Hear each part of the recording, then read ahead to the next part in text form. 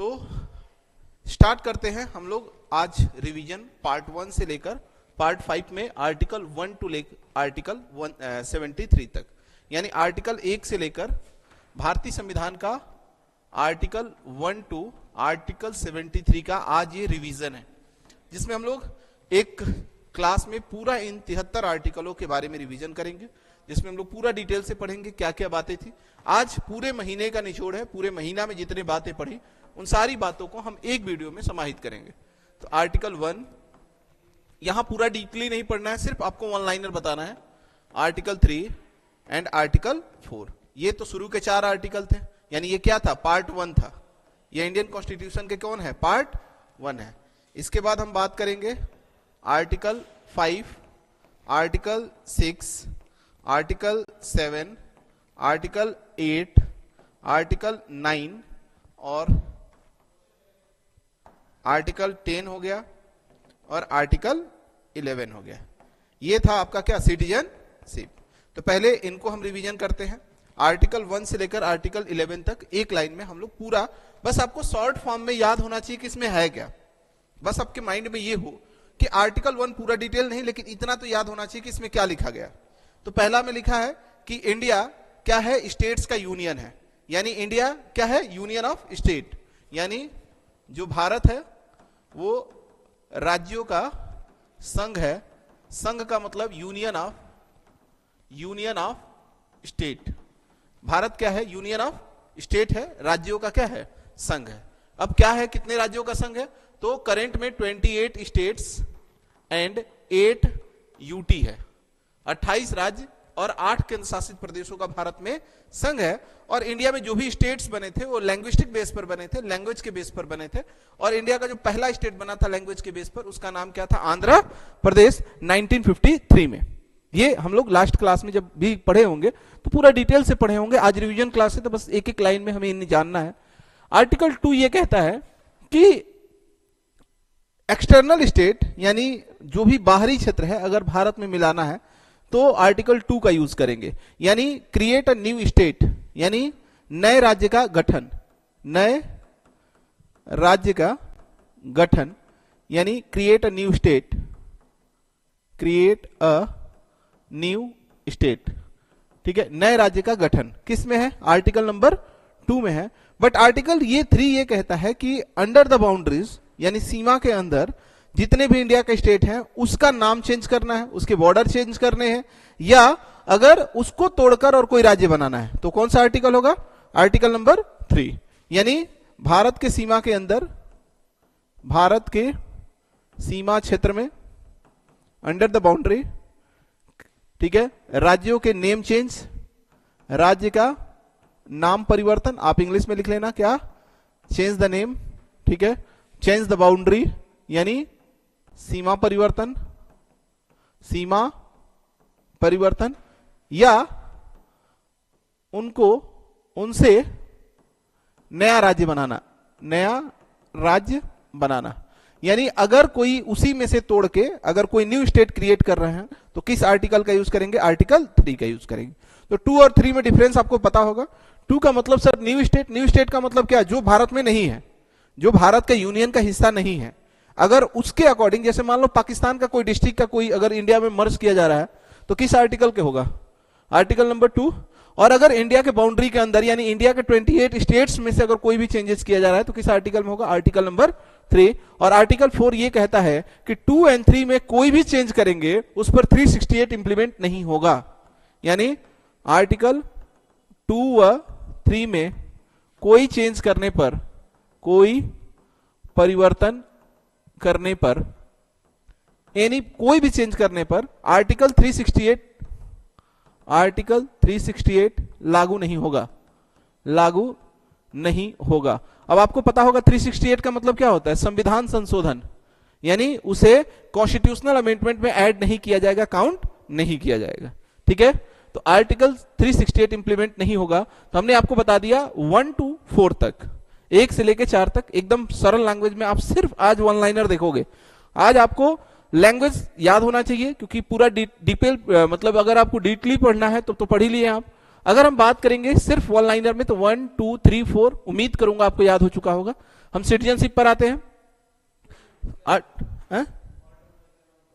Part 1 है state and UT and state, state and UT, संघ एवं राज्य क्षेत्र, ठीक है, इसका नाम है स्टेट एंड यूटी, ठीक है, संघ व राज्य क्षेत्र।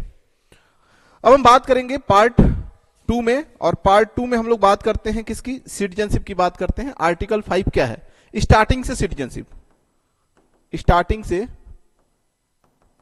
ठीक है, नागरिकता, यानी स्टार्टिंग का मतलब क्या, जिस समय इंडिया इंडिपेंडेंट हुआ, यानी जिस समय हमारा संविधान लागू हुआ, ठीक है, यानी स्टार्टिंग का मतलब क्या, स्वतंत्रता के बाद, स्वतंत्रता से, यानी इंडिपेंडेंस से जो भी इंडिया में है वो उसको नागरिकता ऑटोमेटिक मिल गया, ठीक है। इंडिया के इंडिपेंडेंस के बाद जो भी भारत में रहा उसको ऑटोमेटिक नागरिकता मिल जाएगी, किस आर्टिकल के थ्रू, आर्टिकल नंबर 5।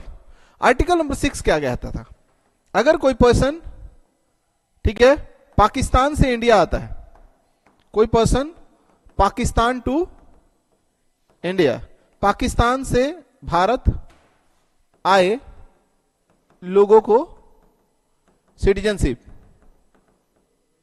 यानी अगर कोई पर्सन पाकिस्तान से भारत आता है तो उसको नागरिकता देंगे।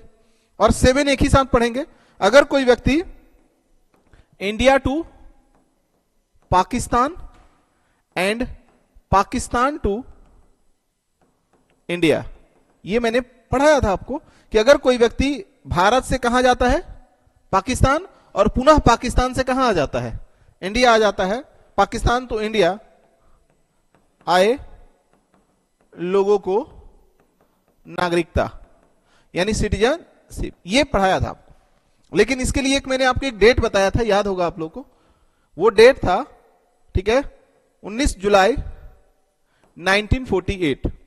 अगर इस डेट से पहले अगर आप आ गए हो इंडिया में, अगर इस डेट से पहले गए आए हो तो ये वैलिड है, अदरवाइज आपको वैलिड नहीं है। क्या आज के डेट में कोई पाकिस्तान से इंडिया आएगा तो हम उसे नागरिकता दे देंगे?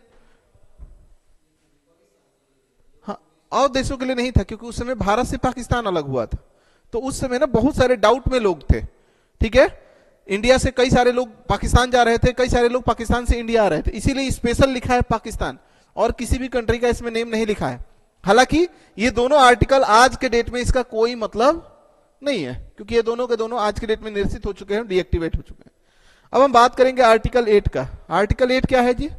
तो आर्टिकल 8 ये कहता है कि अगर कोई इंडियन, अगर कोई भारतीय लोग, अगर उसका जन्म फॉरेन में होता है, विदेश में होता है, तो वह विदेश के डिप्लोमेटिक्स में जाकर और उसे बताएगा तो रजिस्ट्रेशन कराना होगा।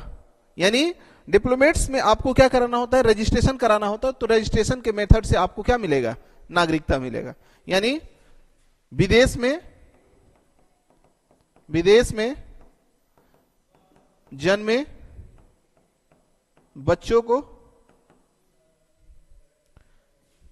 विदेशी दूतावास, यानी आप लिखना फॉरेन डिप्लोमेट्स, विदेशी दूतावास, ठीक है, विदेश में जन्मे बच्चों को विदेशी दूतावास में रजिस्ट्रेशन के मेथड से, रजिस्ट्रेशन बाय रजिस्ट्रेशन मेथड से उसको सिटीजनशिप दिया जाएगा, नागरिकता।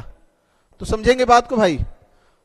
ये सीधा सीधा आर्टिकल ये कह रहा है कि अगर कोई बच्चा इंडिया का, अगर मान लो हम इंडियन है और हमारा कोई बच्चा बाहर में पैदा हो रहा है, तो उस कंडीशन में क्या उसको भारत की नागरिकता दी जाएगी? बिल्कुल दी जाएगी। आप वहां के डिप्लोमेट्स में जाओ, आप वहां के डिप्लोमेट्स में जाओ, बताओ कि हाँ मेरा बच्चा हुआ है, ठीक है, तो उसके इंडिया की नागरिकता बनी रहेगी, यानी रजिस्ट्रेशन के मेथड से नागरिकता। आप एक लाइन में अगर आपको जवाब देना हो तो सीधा ये वर्ड बोलना, रजिस्ट्रेशन के मेथड से सिटीजनशिप।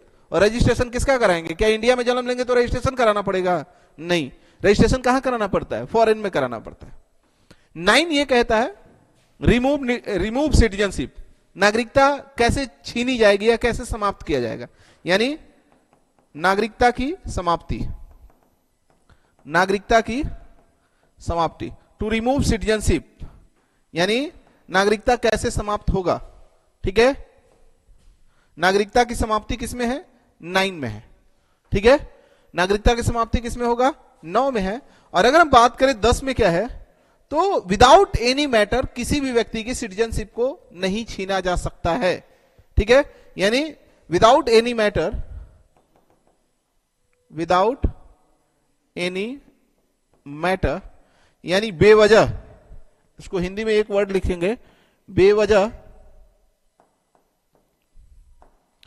बेवजह नागरिकता यानी सिटीजनशिप समाप्त नहीं होगी, समाप्त नहीं होगी। इसका मतलब अगर किसी व्यक्ति के बिना मतलब में उसकी सिटीजनशिप को समाप्त नहीं किया जा सकता है, किसी भी व्यक्ति की सिटीजनशिप बिना कोई मैटर का आप समाप्त नहीं कर सकते हो। एंड लास्ट आपको आर्टिकल 11 ये बोला था कि सिटीजनशिप पर जो एक्ट बनेगा, सिटीजनशिप पर एक्ट कौन बनाएगा? पार्लियामेंट बनाएगी। यानी सिटीजनशिप रिलेटेड यानी नागरिकता संबंधी एक्ट, ठीक है, ये पावर किसके पास है? तो पार्लियामेंट बनाएगी, इसका मतलब संसद बनाएगी। तो सिटीजनशिप से रिलेटेड एक्ट को क्यों कौन बनाएगी? तो आंसर क्या हो जाएगा? पार्लियामेंट बनाएगी। और आपको याद होगा फर्स्ट सिटीजनशिप एक्ट कब आया था? 1995 में। यानी जो इंडिया का जो सिटीजनशिप एक्ट आया था, सिटीजनशिप एक्ट, वो कब आया था? 1955 में, 1955 में आया था। और इसी एक्ट में बार बार चेंज किया जाता है, जिसको हम लोग CAA के नाम से जानते हैं, सिटीजनशिप अमेंडमेंट एक्ट बोलते हैं, ठीक है। तो इंडिया का सिटीजनशिप एक्ट कब आया था? 1955। और मैंने आपको बताया था कि इंडिया में सिटीजनशिप पाने के लिए कितने मेथड होते हैं? 5 मेथड्स होते हैं, 5 तरह की विधि होती है। बाय बर्थ, बाय डिसेंट यानी जन्म के आधार पर, वंश के आधार पर, बाय रजिस्ट्रेशन यानी पंजीकरण के आधार पर, बाय नेचुरलाइजेशन यानी क्या होता है आपका? देशीकरण के आधार पर, और एक होता है आपका जन्म के आधार पर हो गया, वंश के आधार पर हो गया, देशीकरण के आधार पर हो गया, और एक होता है एडॉप्टेड लैंड यानी अर्जित भूमि के आधार पर। तो इंडिया में सिटीजनशिप पाने के लिए कितने मेथड होते हैं?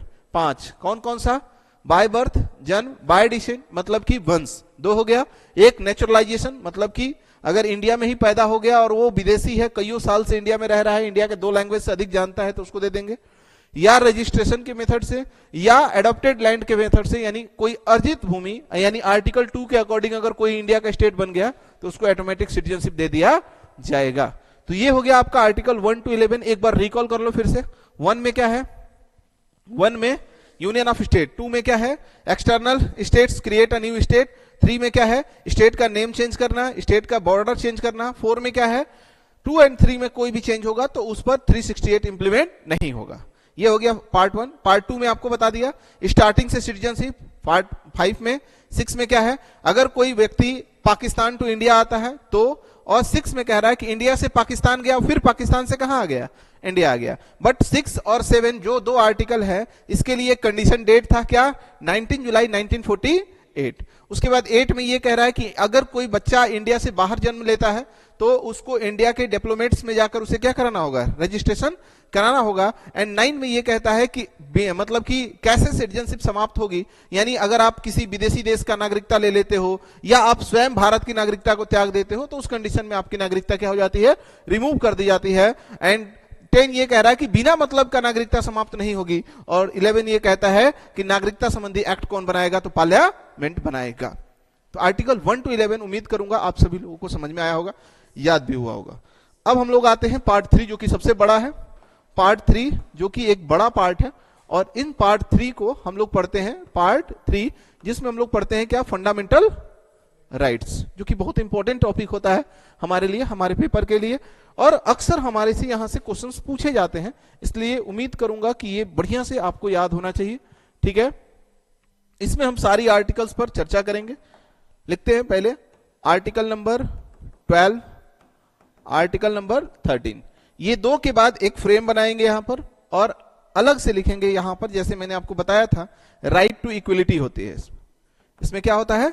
राइट टू इक्वलिटी यानी समानता का अधिकार, जिसमें हम लोग बात करेंगे आर्टिकल 14 to 18 तक। तो 14, आर्टिकल 15, आर्टिकल 16, आर्टिकल 17 और आर्टिकल 18। ये क्या था? तो ये था आपका राइट टू इक्वलिटी था। इसके बाद मैंने आपको बताया था right to freedom, right to freedom, freedom यानी स्वतंत्रता का अधिकार। और स्वतंत्रता के अधिकार में अगर हम बात करें तो आर्टिकल 19 हो जाएगा, आर्टिकल 20 हो जाएगा, आर्टिकल 21 हो जाएगा एंड आपका आर्टिकल 22 तक हो जाएगा। ये आर्टिकल 22 तक था, कौन सा, राइट टू फ्रीडम था। ठीक है, तो पहले इनके बारे में जान लेते हैं, उसके बाद आगे चलेंगे। ठीक है, उसके बाद हम बात कर लें पहले इन पर पूरा डिटेल से, इनके बारे में क्या क्या है। तो सबसे पहले आप आर्टिकल 12 क्या होगा जी, डेफिनेशन ऑफ स्टेट, यानी राज्य की परिभाषा, राज्य की परिभाषा। ठीक है, डेफिनेशन ऑफ स्टेट किसमें है, आर्टिकल नंबर 12 में है। आर्टिकल 13 क्या कहता है, 13 ये कहता है कि अगर पार्लियामेंट कोई रूल बनाती है और उस रूल से किसी भी व्यक्ति के फंडामेंटल राइट्स का उल्लंघन होता है तो सुप्रीम कोर्ट उसे क्या कर सकती है, जीरो कर सकती है। यानी parliamentary rules against to fundamental rights, यानी against to fundamental rights, parliamentary rule यदि फंडामेंटल राइट्स के विरोध में है, यानी अगेंस्ट में है तो सुप्रीम कोर्ट उसे जीरो कर सकती है, यानी असंगत कर सकती है। हिंदी में जीरो लिख सकते हैं आप लोग, ठीक है, इसको हिंदी में असंगत लिख सकते हैं, असंगत वर्ड यूज करता है, कर सकती है। मतलब 12 और 13 इनमें किसी तरह का कोई राइट्स नहीं था। मैंने आपको सिर्फ बताया था कि ये दो ऐसे आर्टिकल हैं जिसमें आपको दो चीजें बताता है। एक पहला ये डेफिनेशन स्टेट का डेफिनेशन का मतलब वो सारे इंस्टीट्यूट जो अपने डिसीजन लेने के लिए इंडिपेंडेंट होते हैं उनको स्टेट बोलते हैं। Like legislative assembly, Lok Sabha, Rajya Sabha, ये सब अपने आप में क्या है, स्टेट्स है। अगर हम बात करेंगे यहां पर कि अगर पार्लियामेंट के पास पावर है रूल बनाने का और पार्लियामेंट कोई ऐसा रूल बनाती है जो लोगों के फंडामेंटल राइट्स के अगेंस्ट में है तो उसे सुप्रीम कोर्ट क्या कर सकती है, जीरो कर सकती है। ये किसमें लिखा है, आर्टिकल नंबर 13 में लिखा है। अब यहां राइट टू इक्वलिटी है आर्टिकल 14 टू 18 तक। अब इसमें एक एक लाइन में आपको जवाब देना है। 14 में क्या था जी, equality before law, equality before law, इसका मतलब कानून के समक्ष समानता, विधि के समक्ष समानता। ठीक है, एक और वर्ड इसमें यूज हुआ था, विधि का समान संरक्षण। ठीक है, विधि मतलब यहां कानून होता है, इक्वल प्रोटेक्शन, समान संरक्षण। ठीक है, तो ये हो जाएगा equal protection of the law, यानी विधि का समान संरक्षण। ये दोनों बातें किसमें लिखी गई हैं, आर्टिकल 14 में लिखी गई। 15 में क्या है जी, डिस्क्रिमिनेशन यानी भेदभाव, भेदभाव का क्या होगा, अंत होगा। ठीक है, और भेदभाव किस बेस पर नहीं करना है, कास्ट के बेस पर, धर्म के बेस पर, रिलीजियस के बेस पर, और किसके बेस पर जी, ठीक है, हाँ, रेस के बेस पर और जेंडर के बेस पर। ठीक है, और बर्थ प्लेस के बेस पर किसी भी व्यक्ति के साथ, ठीक है, आपको डिस्क्रिमिनेशन नहीं करना है, भेदभाव नहीं करना है। और 16 मैंने आपको पढ़ाया था, आर्टिकल 16 ये कहता है आपका, हाँ, right to opportunity, right to opportunity यानी अवसर, राइट टू अपॉर्चुनिटी यानी अवसर की समानता, अवसर में समानता। और मैंने आपको एक चीज बताया था कि इसमें बिल्कुल ये मत भूलना आप लोग, दो आर्टिकल जो कि एडिशनल बताया था आपको, 15 का क्लास 4, 16 का क्लास 4, 15 का क्लास 6 एंड 16 का क्लास 6। ये चार आर्टिकल मैंने आपको बताया था, आ सकता है पेपर में। तो क्या बताया था क्लास 4 में, क्लास 4 में क्या बताया था जी, 15 के क्लास 4 में मैंने बताया था कि SC ST OBC जो है उनको एजुकेशनल इंस्टीट्यूट में रिजर्वेशन दिया जाएगा। SC ST OBC को रिजर्वेशन किसमें, स्कूल में। और यही चीज अगर यहां पर आ जाएगा 15 के 6 में तो SC ST OBC को रिजर्वेशन दिया जाएगा। OBC को क्या दिया जाएगा, रिजर्वेशन। कहां पर, जॉब में, यानी अपॉर्चुनिटी में, यानी नौकरी में आरक्षण। और यहां पर जब हम बात करेंगे 16 के, सॉरी ये तो ये चीज यहां पर है ना जी, ये 16 के 4 में है। 16 के 4 में क्या है, SC ST एंड OBC को क्या दिया जाएगा, रिजर्वेशन किसमें, जॉब में, यानी नौकरी में दिया जाएगा। और यही बात अगर 15/6 की बात करते हैं तो इसमें ईडब्ल्यूएस के लिए सेम वर्ड यूज होता है। ईडब्ल्यूएस को रिजर्वेशन किस में, स्कूल में, और इसमें ईडब्ल्यूएस को रिजर्वेशन किस में, जॉब में, नौकरी में। ठीक है, ये बातें थोड़ी सी एडिशनल है, इसको याद रख लेना, आ सकता है पेपर में। और ये भी आपको याद होना चाहिए कि ये ईडब्ल्यूएस वाला किस कॉन्स्टिट्यूशनल अमेंडमेंट से आया था, तो 103वां संविधान संशोधन से इसको लाया गया था। ठीक है, नेक्स्ट अगला 17 में क्या बताया था, अनटचेबिलिटी, यानी अनटचेबिलिटी का मतलब क्या होता है, छुआछूत, छुआछूत का अंत, किसी भी व्यक्ति से अनटचेबिलिटी आप नहीं रखोगे। ठीक है, और 18 में क्या था, रिमूव टाइटल, रिमूव टाइटल यानी उपाधियों को, उपाधियों की समाप्ति, उपाधियों की समाप्ति। तो ये हो गया आपका 14 to 18 तक। एक बार फिर से रिकॉल कर लो। 14 में क्या था, इक्वलिटी बिफोर लॉ, 15 में क्या है, डिस्क्रिमिनेशन, 16 में क्या है, अपॉर्चुनिटी, 17 में क्या है, अनटचेबिलिटी, 18 में क्या है, रिमूव टाइटल। हाँ, टाइटल किस किस सेक्टर में लगा सकते हो आप, education and defence. Education and defence से अगर कोई टाइटल मिला है तो उसे तुम एक्सेप्ट कर सकते हो। मतलब कि अगर आपको मिल गया है, मान लो कि अगर आप जनरल बन जाते हो, ब्रिगेडियर बन जाते हो, कर्नल बन जाते हो, प्रोफेसर बन जाते हो, डॉक्टर बन जाते हो, तो आप वो टाइटल यूज कर सकते हो। ये लिखा है 18 में। तो आपको 14 to 18 तक बता दिया था। अब राइट टू फ्रीडम में आ जाओ, आजादी, आर्टिकल 19, टाइप्स ऑफ फ्रीडम। इसमें क्या था, टाइप्स ऑफ फ्रीडम यानी स्वतंत्रता के प्रकार। इसमें हमने बात किया था स्वतंत्रता के प्रकार, कितने टाइप्स के थे जी, 6 टाइप के। पहले कितने थे, 7। एक बार अमेंडमेंट हुआ है, कौन, 44 constitutional amendment, and right to property जो था उसको इसमें से हटा दिया गया है। और कहां रखा गया है, 300A में रखा गया है। ये बातें इसमें हम लोग किए हैं। तो ये 6 प्रकार आप लोग अगर डिटेल से पढ़ना है तो इस 6 का नाम बता देते हैं, एक बार रिकॉल कर दे। पहला में क्या था जी, पहला में स्पीच था, यानी बोलने का अधिकार है। जब तुम बोलोगे तो क्या करोगे जी, असेंबली यानी सभा होगी। असेंबली का मतलब सभा, तो स्पीच, असेंबली। उसके बाद आपका क्या होगा, एसोसिएशन यानी संगठन, एसोसिएशन। तो ये हो जाएगा भाषण व अभिव्यक्ति, ये हो जाएगी सभा, और ये हो जाएगा आपका संगठन। अच्छा, असेंबली के बाद क्या हो जाएगा, ठीक है, स्पीच हो गया, असेंबली हो गया, एसोसिएशन मतलब पहले भाषण दोगे, फिर सभा बुलाओगे, फिर संगठन, उसके बाद फिर क्या करोगे, घूमोगे, यानी मूव, यानी क्या हो जाएगा जी, भ्रमण। और घूमते घूमते क्या हो जाएगा, निवास यानी रेसिडेंशियल, यानी ये हो जाएगा आपका निवास। और उसके बाद मैंने बताया था निवास करने के लिए क्या चाहिए, प्रॉपर्टी। निवास करने के लिए क्या चाहिए, तो आपके पास चाहिए प्रॉपर्टी यानी संपत्ति। और लास्ट में क्या हो जाएगा, ट्रेड।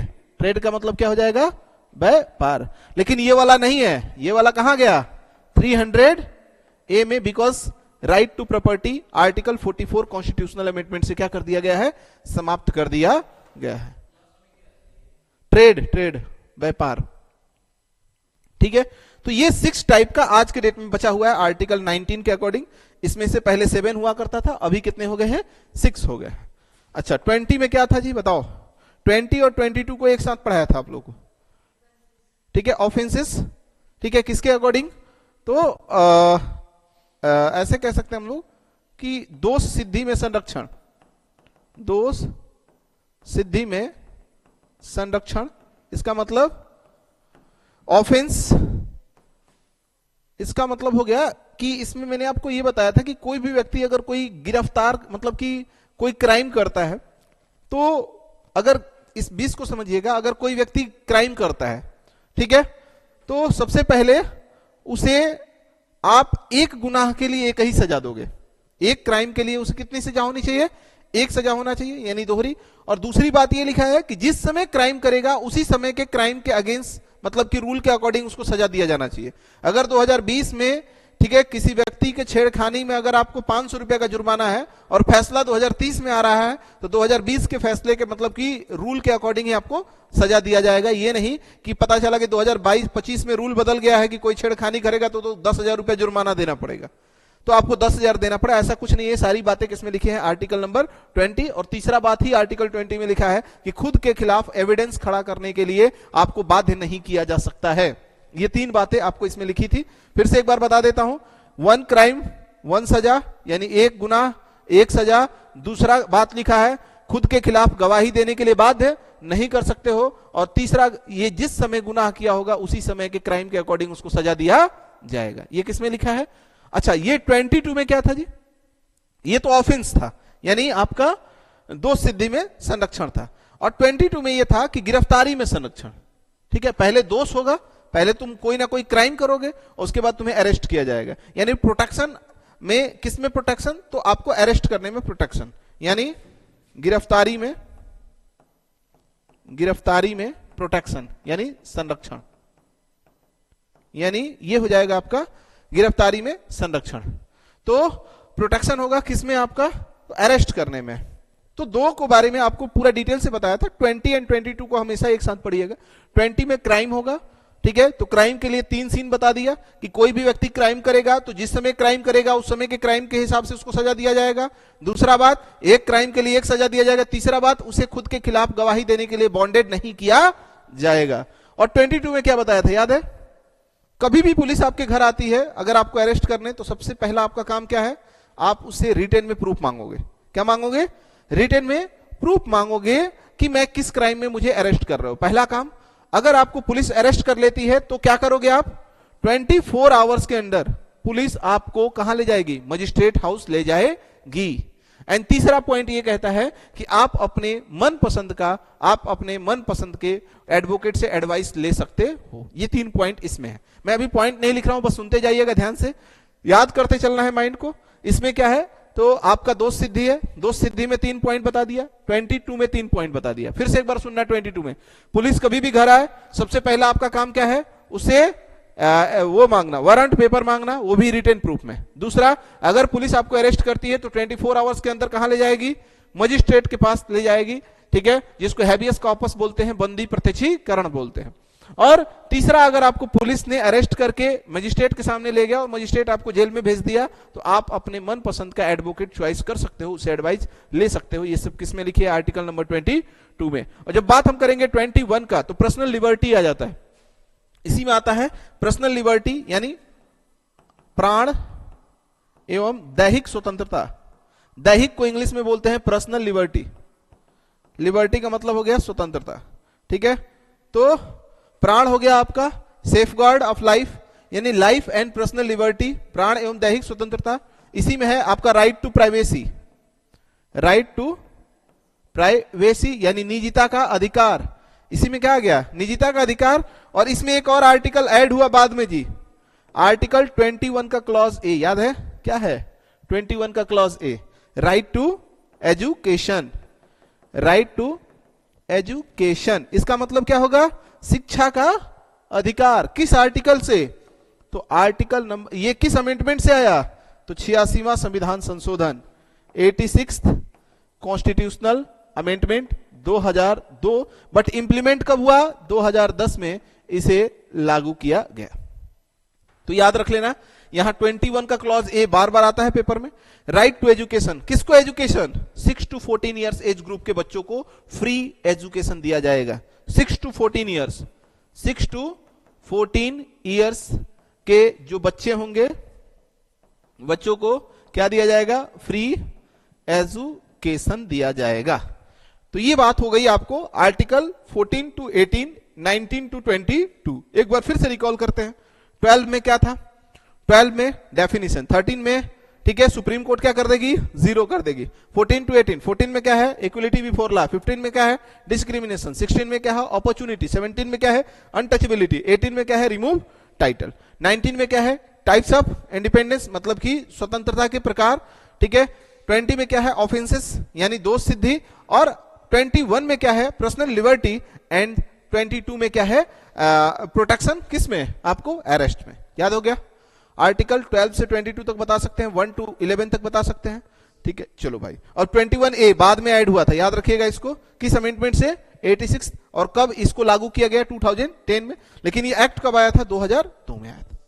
अब आते हैं आगे, इसके आगे तो इसके आगे राइट टू फ्रीडम के बाद क्या बताया था आपको? तीसरा राइट टू फ्रीडम के बाद है आपका शोषण के विरुद्ध अधिकार। तो ये होगा आपका शोषण के विरुद्ध, ठीक है, अधिकार। इसको क्या बोलते हैं जी?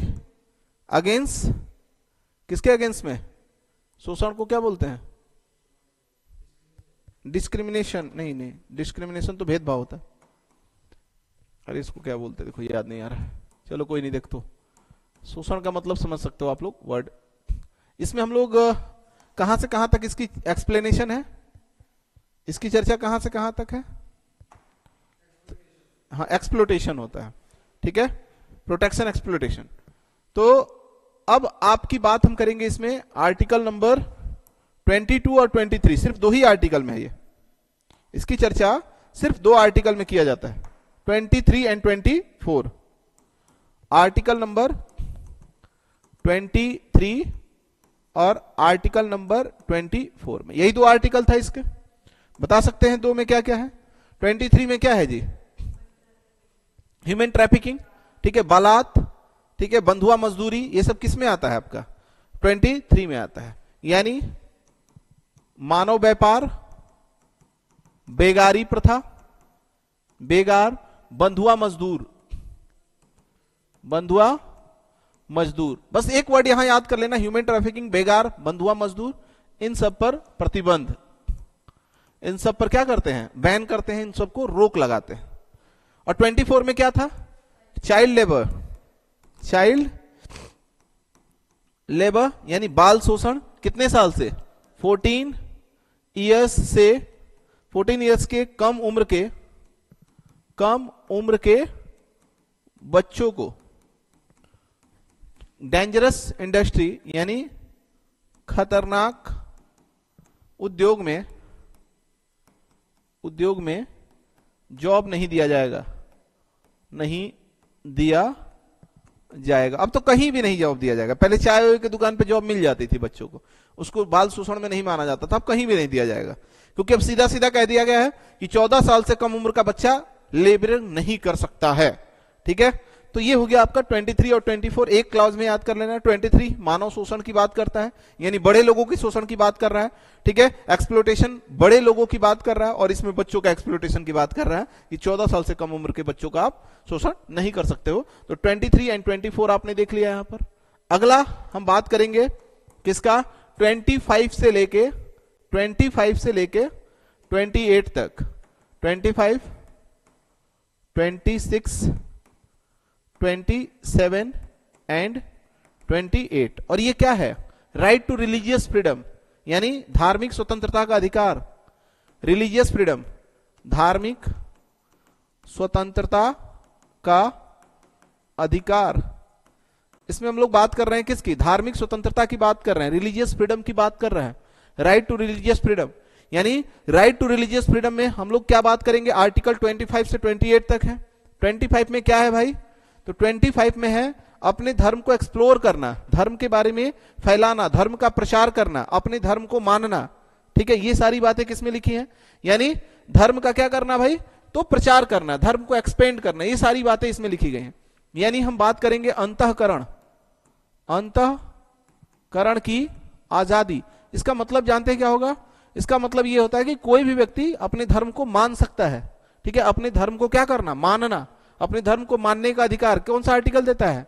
धर्म का प्रचार करना, यानी धर्म को एक्सप्लोर करना, धर्म के बारे में लोगों को बताना, ये सब का अधिकार है। अंतःकरण की आजादी, धर्म का प्रचार करना आदि एटसेट्रा, ये सारी के सारी का अधिकार। और इसी के अकॉर्डिंग मैंने आपको बताया था कि जो सिख लोग होते हैं वो कटारी लेके एयरपोर्ट पर जा सकते हैं, उनको बैन नहीं किया जाएगा, बिकॉज आर्टिकल 25 उनको ये राइट दिया है कि वो अपने धर्म को मान सकते हैं। इसी के अकॉर्डिंग मुसलमान की जो महिलाएं थी वो हिजाब पहन के जाती थी, लेकिन जब सुप्रीम कोर्ट ने इस पर डिसीजन दिया कि हिजाब जो है वो धर्म का मामला नहीं है, इसलिए आप उसको उतार कर जाइए, तो कई देशों में आपने देखा हिजाब अब बैन हो चुका है। तो ये सारी बातें, धर्म की बातें, ये आर्टिकल 25 में देता है। आर्टिकल 26 कहता है मैनेजमेंट, यानी धर्म का प्रबंधन। इसमें धर्म का क्या कर रहे थे आप? प्रचार कर रहे थे, और इसमें धर्म को क्या करोगे? मैनेज करोगे, यानी मैनेजमेंट, यानी धर्म का प्रबंधन, प्रबंधन यानी मैनेजमेंट वर्ड याद कर लेना, रिलीजियस मैनेजमेंट की बात करते हैं, धर्म के प्रबंधन की बात करते हैं आर्टिकल नंबर 26 में। और 27 में क्या था? टैक्स। टैक्स किसका? रिलीजियस मेथड में जितना भी आपका पैसा कलेक्ट होता है उस पर टैक्स नहीं लगेगा, यानी टैक्स में छूट। ठीक है, तो रिजिम ऑफ टैक्स मतलब कि आप इसमें कह सकते हैं कि करों के संदाय में छूट, संदाय में छूट, इसका मतलब हो जाएगा, इंग्लिश में आप लिख लेना, ठीक है, कि जो भी टैक्स रिलीजियस मैटर में, रिलीजियस टैक्स रिमूव किया जाएगा, यानी इसमें छूट दिया जाएगा, रिमूव नहीं कर सकते हैं। ठीक है, ऐसे कर सकते हैं कि रिलीजियस मैटर में जो टैक्स होता है उस पर हम लोग क्या करेंगे? छूट प्रोवाइड करेंगे, मतलब कि कम करेंगे। तो ये हो गया आपका करों के संदाय में छूट हो गया। यानी अगर मान लो कि रिलीजियस मैटर पर अगर 10 अरब या राम मंदिर के नाम पर अरबों खरबों कितनों भी रुपया जुट जाए, उस पर 1 भी रुपया टैक्स नहीं लगेगा। यानी मंदिर के नाम पर आपके देशों में टैक्स खत्म हो जाता है। और आर्टिकल 28 ये कहे थे कि गवर्नमेंट स्कूल में रिलीजियस एजुकेशन नहीं दिया जाएगा, यानी ऐसे कह सकते हैं कि कुछ स्कूलों में धार्मिक शिक्षा दी जाती है, तो सम स्कूल्स यानी कुछ विद्यालयों में, some schools religious education provide. ठीक है, कुछ विद्यालयों में धार्मिक शिक्षा दिया जाएगा, दिया जाएगा। अब वो कौन, कुछ स्कूल कौन है, कौन विद्यालय है? भाई मंदिर अपने आप में विद्यालय है। लेकिन यहां एक वर्ड याद कर लेना है, नोट लिखना है कि सरकारी स्कूलों में, गवर्नमेंट स्कूल में, सरकारी स्कूल में रिलीजियस एजुकेशन, धार्मिक शिक्षा नॉट प्रोवाइडेड, नहीं दिया जाएगा। तो ये हो गया आपका आर्टिकल 24 से 28 तक। एक बार रिकॉल करो 25 से। 25 में क्या है? तो रिलीजियस को मानना, ठीक है। 26 में क्या है? मैनेजमेंट। 27 में क्या है? टैक्स। और 28 में क्या है कि स्कूलों में रिलीजियस एजुकेशन नहीं दिया जाएगा, बट सम स्कूल मतलब कि मंदिर में आपको रिलीजियस एजुकेशन तो दिया ही जाएगा। इसके बाद मैंने आपको बताया था माइनॉरिटीज के लिए, इसके बाद मैंने आपको बताया था, ठीक है, आर्टिकल 29 और आर्टिकल 30, ये किसके लिए स्पेशल था? तो special rights for minorities, special rights है ये, किसके लिए है? माइनॉरिटीज के लिए। और क्या है वो? माइनॉरिटी के लिए क्या है जी? एजुकेशन, एजुकेशन एंड कल्चर, यानी जितने भी माइनॉरिटी हैं वो अपने किसको? शिक्षा और संस्कृति को बनाए रख सकते हैं। यानी माइनॉरिटी अपने शिक्षा और संस्कृति को बनाए रख सकते हैं किस आर्टिकल के अकॉर्डिंग? तो एक आर्टिकल नंबर 29 था और एक आर्टिकल नंबर 30 था। याद है आप लोग को? 29 में क्या बताया था कि जितने भी माइनॉरिटी हैं वो अपने एजुकेशन एंड कल्चर को क्या कर सकते हैं? बनाए रख सकते हैं। और 30 में क्या कहा था कि उस एजुकेशन और कल्चर के लिए क्या कर सकते हैं? स्कूल खोल सकते हैं। तो अल्पसंख्यक, माइनॉरिटी का मतलब होता है अल्पसंख्यक, अपने एजुकेशन व कल्चर, शिक्षा व संस्कृति को बनाए रख सकते हैं, बनाए रख सकते हैं। अच्छा, दूसरी बात इसमें कह रहा है कि अल्पसंख्यक यानी माइनॉरिटीज, माइनॉरिटी अपने शिक्षा व संस्कृति को बनाए रखने के लिए क्या खोल सकते हैं? एजुकेशनल इंस्टीट्यूट खोल सकते हैं। तो शैक्षणिक संस्थान यानी एजुकेशनल इंस्टीट्यूट, संस्थान, एजुकेशनल इंस्टीट्यूट खोल सकते हैं, खोल सकते हैं। तो समझ गए आप?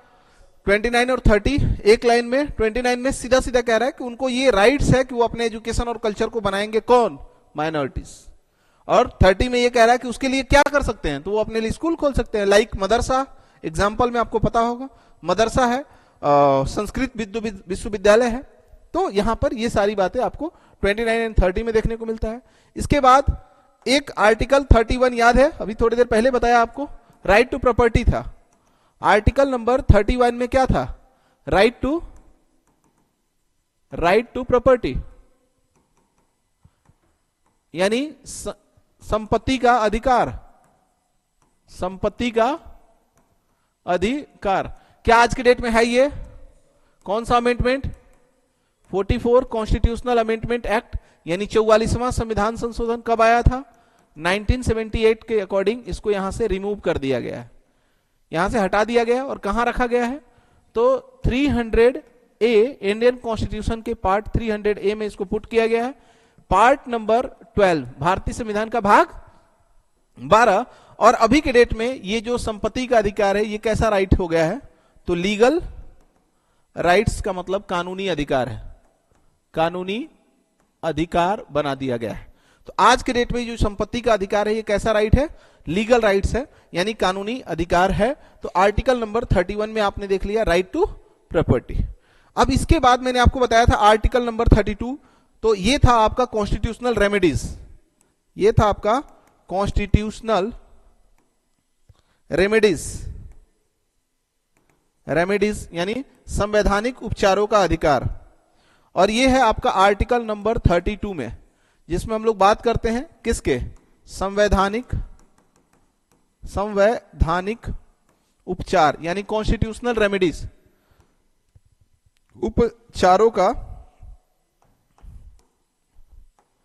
उपचारों का अधिकार। तो राइट्स है किसका? Constitutional remedies. किसके पास है ये जी? कॉन्स्टिट्यूशनल रेमेडीज किसके पास है? तो किसके पास है? सुप्रीम कोर्ट के पास है, सुप्रीम कोर्ट। और सुप्रीम कोर्ट इसके अकॉर्डिंग क्या जाहिर करती है? रीट्स। तो सुप्रीम कोर्ट इसके तहत 5 टाइप के क्या कर सकती है? रीट दायर कर सकती है। और आपको याद होगा 5 रीट बता सकते हैं ना जी? क्या बताया था इसके लिए ट्रिक? इसके लिए ट्रिक बताया था बंदी, पति, परमेश्वर, उसका अधिकार। याद है बंदी, पति, परमेश्वर, उसका अधिकार क्या है? बंदी मतलब बंदी प्रत्यक्षीकरण यानी हैबियस कॉर्पस। यह हो गया हैबियस कॉर्पस यानी बंदी प्रत्यक्षीकरण, हैबियस कॉर्पस। प्रति मतलब प्रतिषेध यानी प्रोविएशन, प्रतिषेध प्रोविएशन। परमेश्वर मतलब परमादेश यानी मैंडेमस, परमादेश मैंडेमस। और उसका से उत्प्रेषण यानी सेरेट्रियो, उत्प्रेषण, इसको इंग्लिश में लिखेंगे सेरेट्रियो। ये हो गया हैबियस कॉर्पस, प्रोविएशन, मैंडेमस और उत्प्रेषण यानी सेरेट्रियो। और अधिकार से हो गया अधिकार परीक्षा यानी कोवेरेंटो, अधिकार परीक्षा, इंग्लिश में लिख लेंगे कोवेरेंटो। तो ये टोटल 5 टाइप्स के रीट्स होते हैं। और ये रीट्स किसके प्रोटेक्शन में यानी पब्लिक के प्रोटेक्शन के लिए कौन दायर करता है? Supreme court. किस आर्टिकल के अकॉर्डिंग? Article number 32। और यही मैंने आपको एक नोट भी लिखवाया था, याद होगा आप लोगों को, कि आर्टिकल 226 के अकॉर्डिंग कौन? हाई कोर्ट क्या दायर करता है? रीट दायर करता है। यानी हाई कोर्ट के पास भी पावर है फंडामेंटल राइट्स पर क्या दायर करना? रीट। और हाई कोर्ट भी रीट दायर कर सकता है सुप्रीम कोर्ट। सुप्रीम कोर्ट किस आर्टिकल के अकॉर्डिंग? 32 के अकॉर्डिंग। और हाई कोर्ट किस आर्टिकल के अकॉर्डिंग? तो 226 के अकॉर्डिंग। एक और चीज बताया था कि आर्टिकल 32 को भीमराव अंबेडकर के अनुसार सोल ऑफ इंडियन कॉन्स्टिट्यूशन कहा जाता है। तो डॉक्टर अंबेडकर के अनुसार, अकॉर्डिंग टू भीमराव अंबेडकर, यानी डॉक्टर अंबेडकर के अनुसार, ठीक है, डॉक्टर अंबेडकर के अनुसार इसको सोल ऑफ इंडियन कॉन्स्टिट्यूशन यानी भारतीय संविधान का आत्मा कहते हैं। भारतीय संविधान का आत्मा, इंडियन कॉन्स्टिट्यूशन का आत्मा नॉर्मल पूछेगा तो आप प्रियम्बल बताना। लेकिन अगर आपसे पूछ दे कि अंबेडकर के अनुसार कौन सा आर्टिकल होगा, तो आर्टिकल नंबर 32। तो ये तो टोटल आपके फंडामेंटल राइट्स के टोटल राइट्स थे, जो कि पहले 7 टाइप के थे, अब कितने टाइप के हैं? 6 टाइप के, जिसमें मैंने आपको पढ़ाया राइट टू इक्वलिटी 14 to 18। उसके बाद टाइप्स ऑफ फ्रीडम मतलब कि राइट टू फ्रीडम 19 to 22। उसके बाद आपका एक्सप्लोटेशन, उसके बाद आपको पढ़ाया रिलीजियस फ्रीडम, उसके बाद आपको बताया एजुकेशन मतलब education and culture minority special, और उसके बाद आपको बता दिया राइट टू प्रॉपर्टी, और उसके बाद आपको बता दिया कॉन्स्टिट्यूशनल रेमेडीज, जिसमें राइट टू प्रॉपर्टी आज के डेट में क्या हो चुका है, समाप्त हो चुका है। तो बचे कितने, 6। तो आज के डेट में कितने फंडामेंटल राइट्स है, 6 टाइप के, और सारे का एक्सपेंशन आपको पढ़ा दिया। लेकिन आपने पढ़ा कि सर ये स्टार्टिंग तो 12 to 35 तक है, यानी अभी भी 3 आर्टिकल हैं। कौन कौन से 3 आर्टिकल हैं, जरा उनके बारे में देखते हैं। तो अब बाकी के 3 आर्टिकल कौन कौन से हैं, तो एक होगा आपका आर्टिकल नंबर 33, एक हो गया आपका आर्टिकल नंबर 33, एक हो गया आपका आर्टिकल नंबर 34, और एक होगा आपका आर्टिकल नंबर 35। इन तीनों में एक एक लाइन बस आपको जानना है। 33 क्या कहता है, 33 ये कहता है कि आपके फंडामेंटल राइट्स रिड्यूस किए जाएंगे। किसके, अगर आप पुलिस में हो, अगर आप आर्मी में हो, अगर आप आईबी में हो, अगर आप सीबीआई में हो, अगर आप आईडी में हो, मतलब अगर आप किसी भी डिफेंस में हो तो आपके फंडामेंटल राइट्स को क्या कर दिए जाएंगे, कम कर दिए जाएंगे। यानी अगर डिफेंस में जो होता है, डिफेंस में होता है, उसके फंडामेंटल राइट्स को क्या किया जाता है, कम किया जाता है, कम किया जाता है।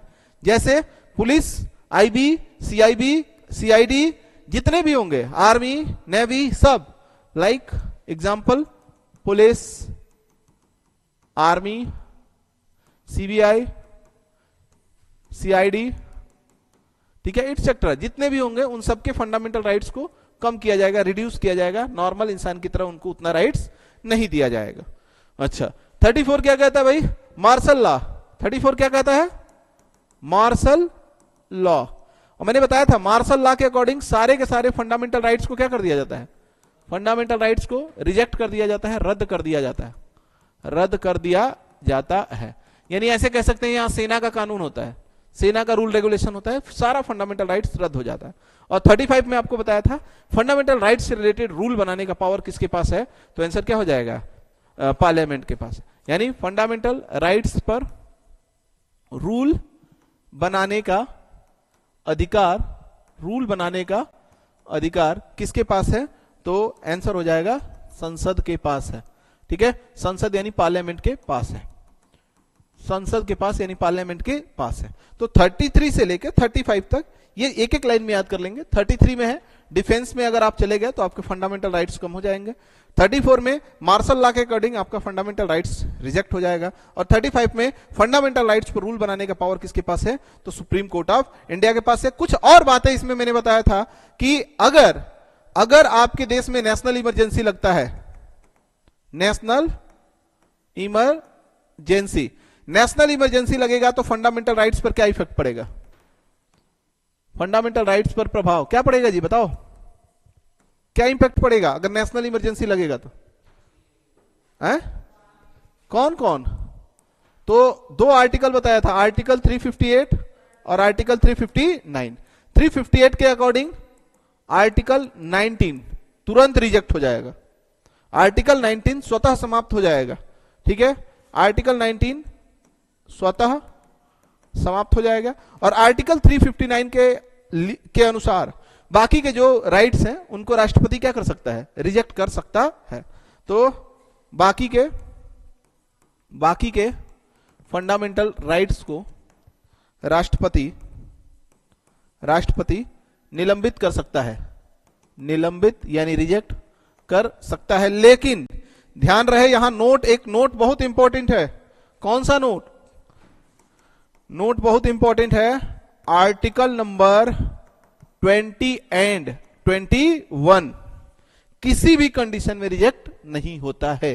तो आर्टिकल नंबर 20 और 21 कभी भी समाप्त नहीं होगा। अब एक बात ध्यान रखिएगा, यहां पर मैंने लिखा है बाकी के फंडामेंटल राइट्स, तो बाकी में क्या 20 और 21 नहीं होगा, इसके अलावा जो भी बचे हैं वो, क्योंकि आर्टिकल 19 तो 358 के अकॉर्डिंग हो जाता है और 359 में 20 और 21 और 19 के अलावा बाकी जो है उनको राष्ट्रपति रिजेक्ट कर सकता है। किसके अनुसार, 359। इसके अलावा एक और बात बताया था आप लोगों को फंडामेंटल राइट्स में, विदेशियों को कौन कौन से प्राप्त है, फॉरेनर्स को, विदेशी को कौन कौन से फंडामेंटल राइट्स अचीव है यानी प्राप्त है, बता सकते हैं आप लोग, विदेशियों को कौन कौन, बोलो। 15, 16, 19, 29 और 30, बस ये लाइन याद रख लेना, 15, 16, 19, 29, 30। 15, 16, 19, 29 और 30। अगर ये हमें पता है तो हम फंडामेंटल राइट्स पर भी पूरा कमांड बना चुके हैं। तो आज हम लोगों ने बहुत सारी चीजों पर रिवीजन किया, ठीक है। यहां पर मैंने पूरा आपको 1 to 11 तक दिखा दिया, यहां आपको 12 से लेकर 35 तक पूरा लाइन बाय लाइन पढ़ा दिया। एक बार लास्ट रिवीजन आप लोग, अब सीधा सीधा मैं बोलूंगा, जवाब देना। आर्टिकल 1 क्या है जी? चलिए रिवाइज करते हैं। आर्टिकल 1 क्या है? बस कोड वर्ड बोलना, ठीक है। Union of state. 2 में क्या है? New state. 3 में क्या है? बाउंड्रीज चेंज करेंगे। 4 में क्या है? 2, 3 पर 368 इंप्लीमेंट नहीं होगा। 5 में क्या है? स्टार्टिंग से नागरिकता। 6 में क्या है? Pakistan to India. 7 में क्या है? India to Pakistan, Pakistan to India. 8 में क्या है? रजिस्ट्रेशन मेथड से नागरिकता, ठीक है। रजिस्ट्रेशन क्या बाहर में हो, ठीक है। 9 में क्या है? नागरिकता की समाप्ति, रिमूव, ठीक है। 10th में क्या है? विदाउट एनी मैटर नागरिकता समाप्त नहीं किया जाएगा। 11 में क्या है? नागरिकता संबंधी रूल कौन बनाएगा? तो पार्लियामेंट। 12 में क्या है? स्टेट का डेफिनेशन। 13 में क्या है? सुप्रीम कोर्ट जीरो करेगी। 14 में क्या है? ठीक है, इक्वलिटी बिफोर लॉ। 15 में क्या है? डिस्क्रिमिनेशन। 16 में क्या है? अपॉर्चुनिटी। 17 में क्या है? अनटचेबिलिटी। 18 में क्या है? Remove title. 19 में क्या है? Types of freedom. 20 में क्या है? ठीक है, दो सिद्धि। 21 में क्या है? Personal liberty. 22 में क्या है? ठीक है, आपको गिरफ्तारी में छूट। अच्छा, 23 में क्या है? हाँ, ह्यूमन ट्रैफिकिंग। 24 में क्या है? अच्छा, 25 में क्या है? धर्म का हाँ एक्सप्लोर करना। 26 में क्या है? मैनेजमेंट करना। 27 में क्या है? Tax regime. और 28 में क्या है? गवर्नमेंट स्कूल में एजुकेशन नहीं दिया जाएगा। कैसा? रिलीजियस। अच्छा, 29 में क्या है? जो एजुकेशन एंड कल्चर को बनाए रख सकते हैं। 30 में क्या है? उसके लिए स्कूल खोल सकते हैं। 31 में क्या था? Right to property. किस के थ्रू खत्म हो गया? तो 300A में चला गया है। 44 कॉन्स्टिट्यूशनल अमेंडमेंट 1978। एंड 32 में क्या है? Constitutional remedies. कितने टाइप की रीट दायर करेगी? अच्छा, हाई कोर्ट रीट दायर कर सकती है कि नहीं कर सकती है? हाई कोर्ट रीट दायर करेगी। हाई कोर्ट भी तो करेगी। किस आर्टिकल के अकॉर्डिंग? 226, 226। क्या फंडामेंटल राइट्स पर हाई कोर्ट रीट दायर करेगा? बिल्कुल करेगा सर, ठीक है। हाई कोर्ट दायर करेगा 226 के थ्रू। सुप्रीम कोर्ट दायर करेगा किसके थ्रू? तो आर्टिकल नंबर 32 के अकॉर्डिंग। और कितने टाइप्स का रीट होता है? 5 टाइप का, जिसको मैंने बता रखा है। बंदी, पति, परमेश्वर, उसका अधिकार, जिसको एक शॉर्ट ट्रिक में आपको पूरा डिटेल से बताया। 33, 34, 35 एक लाइन में। 33 क्या है? रिमूव किया जाएगा फंडामेंटल राइट्स। किसके? जो डिफेंस में हो जाएंगे उसके। 34 में क्या है? Martial law. एंड 35 में क्या है? फंडामेंटल राइट्स पर रूल बनाने का पावर किसके पास है? तो बताइए कितना समय लगा रिवीजन करने में? मुश्किल से 5 मिनट भी नहीं लगा होगा। और 5 मिनट के अंदर अब हम लोगों ने पूरा आर्टिकल 1 से लेकर आर्टिकल 35 तक आज किया। कल एक दिन का और समय लेंगे और पूरा जहां तक पढ़े हैं उसका पूरा निचोड़ हमारे माइंड में होना चाहिए। अगर ऐसे हमारे माइंड में पूरे पॉइंट रहेंगे तो मैं गारंटेड कह रहा हूं आने वाला आपका परीक्षा आपके लिए बेटर होगा। क्योंकि पॉलिटी हम पूरे तो नहीं, लेकिन जितना उम्मीद करूंगा कि लगभग आपको मैक्सिमम नंबर्स ऑफ आपके आर्टिकल आपको याद करा दूं। तो आप सभी को तहे दिल से धन्यवाद। मिलते हैं फिर कल इसी समय पर, इसी जगह पर।